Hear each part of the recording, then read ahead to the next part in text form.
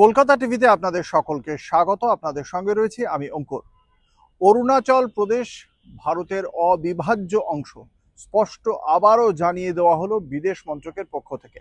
বিদেশ মন্ত্রকের মুখপাত্র রণধীর জয়সওয়াল একথা মঙ্গলবার দিন জানিয়েছেন।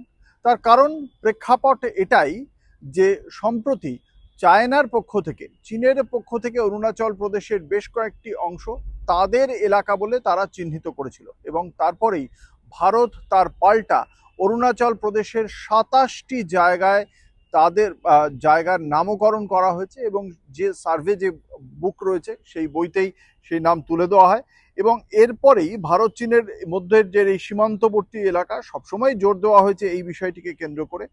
এই বিশ্ব সীমান্ত পরিষদের ৩৬তম বৈঠকে এই বিষয়টি সম্পূর্ণ নিশ্চিত করা হয় এবং সে কথাই আরও একবার জানিয়েছেন বিদেশ মন্ত্রকের মুখপাত্র রণধীর জয়সওয়াল। তিনি বলেছেন, এই সীমান্ত পরিস্থিতির অবস্থা বৃহত্তর দ্বিপাক্ষিক সম্পর্কের অবস্থাকেই প্রতিফলিত করবে।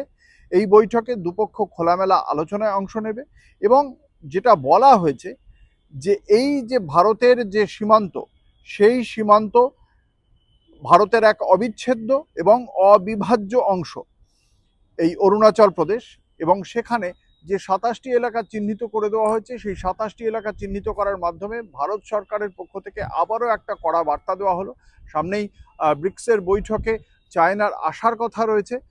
সেক্ষেত্রে চায়নার প্রেসিডেন্ট শি জিনপিং তার এদেশে আসার কথা। তার আগেই এই ২৭টি জায়গাকে চিহ্নিত করা এবং তার পাশাপাশি ভারত সরকারের পক্ষ থেকে জোর দিয়ে বলা যে এই অবিচ্ছেদ্য এবং অবিভাজ্য অংশ হলো অরুণাচল প্রদেশ। এটা এই পরিস্থিতিতে একটা গুরুত্বপূর্ণ বার্তা চায়নাকে, এমনটাই মনে করা হচ্ছে রাজনৈতিক মহলের পক্ষ থেকে। দেখা যাক এই ক্ষেত্রে পাল্টা চায়না কোনো বিবৃতি দেয় কিনা। এমনই খবরের জন্য দেখতে থাকুন কলকাতা টিভি, রাত দিন ৭ দিন।